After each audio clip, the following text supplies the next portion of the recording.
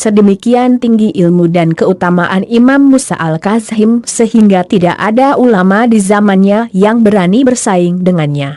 Beliau telah mengalami banyak perdebatan dan diskusi dengan ulama-ulama yang memusuhi beliau sampai mereka harus mengalami kehinaan dan kekalahan. Suatu ketika Harun ar-Rasyid pergi haji ke Mekah.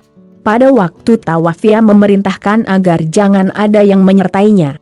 Tetapi pada waktu itu juga datang seorang pemuda dan melaksanakan tawaf.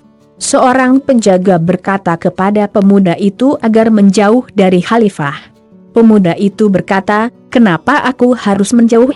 Ini rumah Allah, di sini semuanya sama, apakah mereka warga kota besar atau warga desa?" Mendengar ini Harun langsung menahan lengan penjaganya dan melanjutkan tawafnya.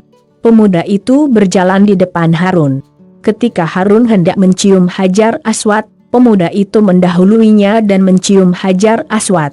Demikian juga ketika Harun ingin berdoa di makam Ibrahim, pemuda itu maju ke depan dan melaksanakan doa di depan Harun. Setelah selesai berdoa, Harun mengutus penjaganya untuk memanggil pemuda itu. Pemuda itu berkata, "Kenapa aku yang harus menemuinya? Jika dia ingin berbicara kepadaku, dualah yang harus datang kemari." Pelayan Harun menceritakan pernyataan ini kepadanya. Maka Harun sendiri yang datang memulai perbincangan.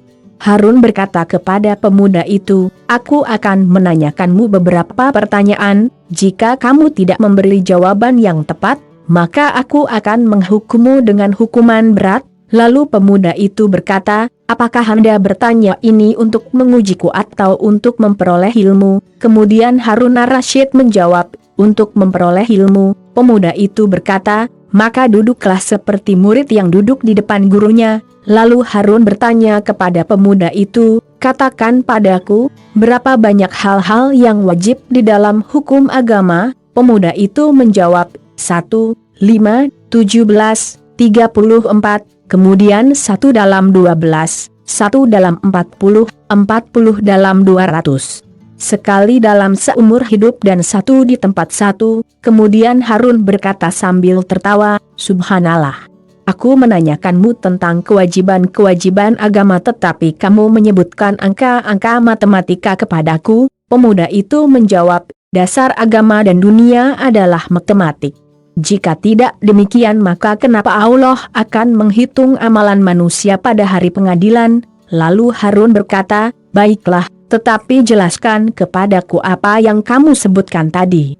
Jika tidak, aku akan membunuhmu di antara Safa dan Marwah." Salah seorang opsir khalifah berkata, "Wahai Tuan, tempat ini adalah naungan Tuhan. Jangan berniat membunuh pemuda itu di sini." Mendengar ini pemuda itu tiba-tiba tertawa.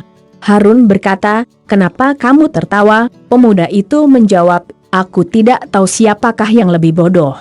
Orang yang ingin mengelak kematian yang diputuskan bagi seseorang ataukah orang yang ingin memerintahkan kematian bagi seseorang yang belum mati?" Lalu Harun menyela, "Tetapi apa faedahnya pembicaraan seperti ini? Sekarang jelaskan pernyataanmu tadi." Lalu pemuda itu menjawab, "Ketika aku berkata bahwa ada satu kewajiban ia adalah agama Islam. Karena selain ini tidak ada agama yang diterima Allah. Ketika aku berkata 5, ia menunjukkan 5 salat wajib dan 17 adalah jumlah total rakaatnya. 34 adalah jumlah total sujudnya, 2 dalam tiap-tiap rakaatnya. 94 menunjukkan 94 takbir yang dibacakan dalam setiap rakaat pada setiap rukuk dan sujud. 1 dalam 40 berarti zakat, karena 1 dalam 40 dinar dapat dikenakan untuk berzakat. 1 dalam 12 menunjukkan 1 bulan berpuasa dari 12 bulan dalam setahun. 40 di luar 200 berarti humus, yaitu jika seseorang menyisihkan 200 dirham setelah mengambil biaya hidupnya untuk setahun maka ia harus membayar 40 dirham sebagai humus dan tidak ada kecuali bagi nabi yang memenuhi syarat untuk ini. Sekali dalam seumur hidup berarti pergi haji. satu di tempat satu, adalah pembalasan dari seseorang yang terbunuh secara tidak adil, yaitu si pembunuh mendapat ancaman hukuman mati. Mendengar jawaban ini, Harun keheranan dan langsung mengambil satu tas berisi koin emas sambil berkata bahwa ini adalah imbalan atas jawaban itu. Lalu pemuda itu berkata, apakah ini untuk memecahkan masalah atau untuk memperoleh berkah? Kemudian Harun menjawab, untuk memperoleh berkah. Pemuda itu berkata, baiklah, sekarang aku hendak menanyakan sebuah pertanyaan kepada Anda. Jika Anda menjawab dengan benar, aku akan membagikan koin ini di sini.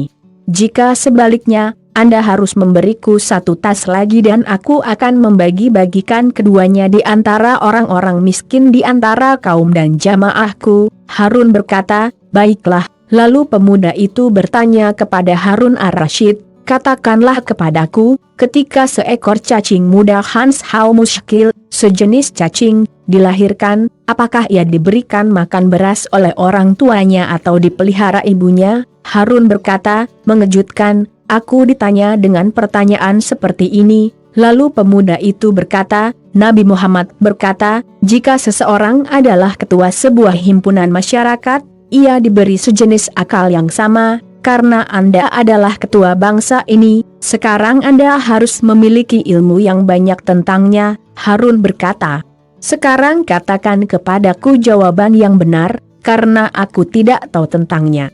Dan ambillah tas berisi koin ini. Pemuda itu menjawab, ketika Allah yang Maha Kuasa menciptakan bumi, Dia menciptakan banyak makhluk merayap di dalamnya, yang juga diciptakan dari tanah.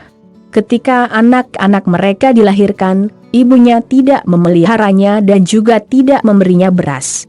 Penghidupannya dari tanah, demikian juga cacing muda itu. Setelah itu sang pemuda mengangkat tas berisi koin emas itu dan membagi-bagikannya di antara orang-orang yang membutuhkan di tempat itu juga. Harun menanyakan nama pemuda itu dari beberapa orang. Seseorang berkata, dia adalah Imam Musa al-Kazhim. Kemudian Harun ar-Rasyid bergumam, sudah seharusnya seperti itu. Memang buah yang sedemikian itu pasti berasal dari pohon yang agung. Sekian, semoga cerita hikmah ini dapat menjadi pelajaran untuk kita semua. Jangan lupa subscribe, like dan share untuk mengembangkan channel ini bersama-sama. Terima kasih.